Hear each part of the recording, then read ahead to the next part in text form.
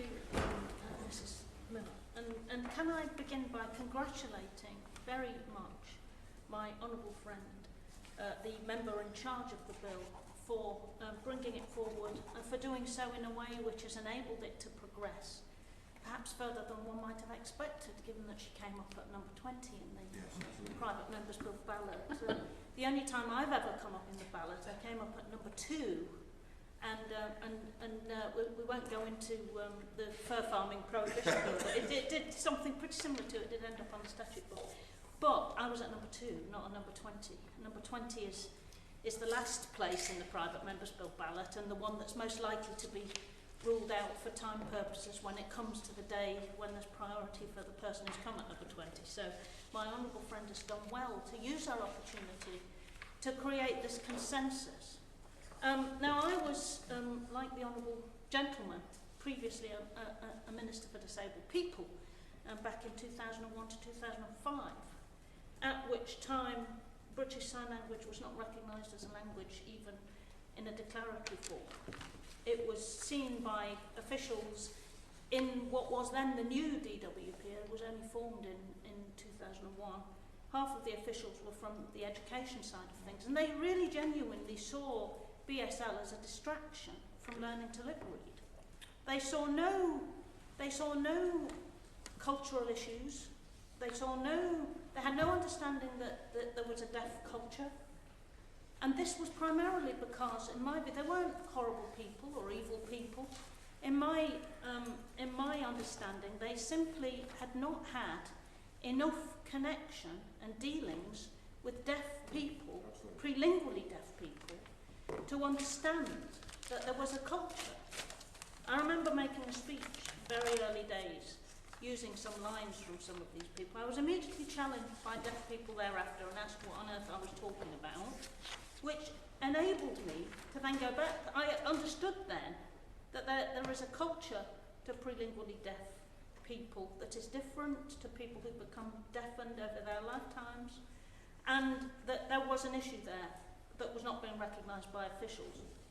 It was me, or it was my Secretary of State, Andrew Smith, who made the declaration in 2003. I was the minister who was responsible for the policy and was very much saying we had to do this because there was no recognition in the Council of Europe's Charter for Regional Minority Languages of sign languages at that time.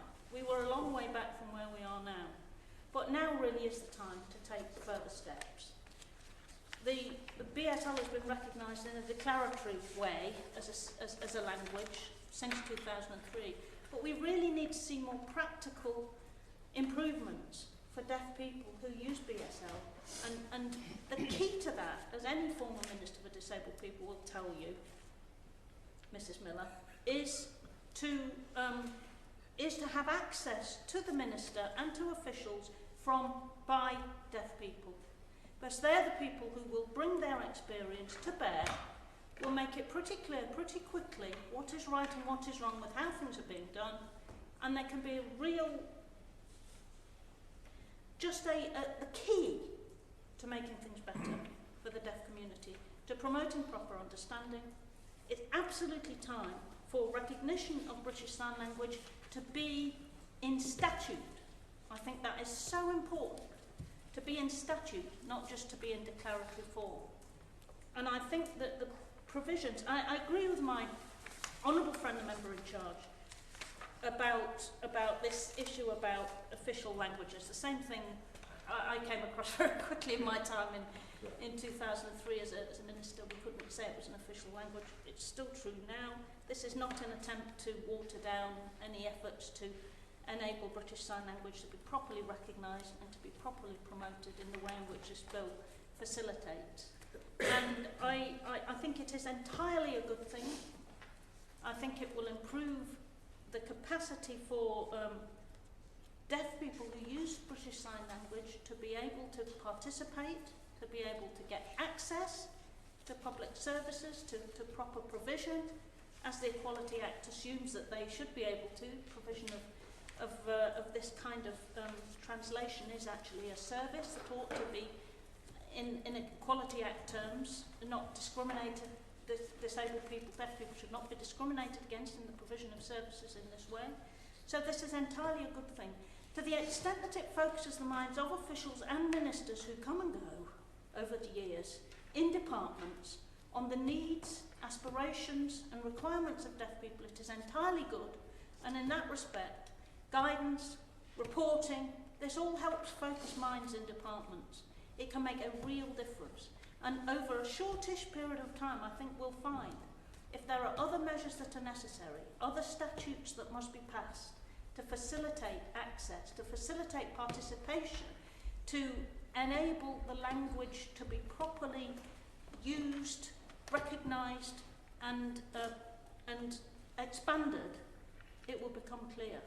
It will become clear to ministers, it will become clear to officials, and governments in future will be able to act on that.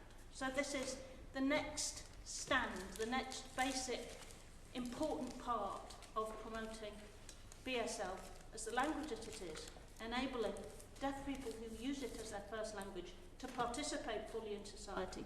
It is entirely good. I am pleased, so long after I was behind the written declaration of recognition, I am pleased to be on this committee. It is a landmark day.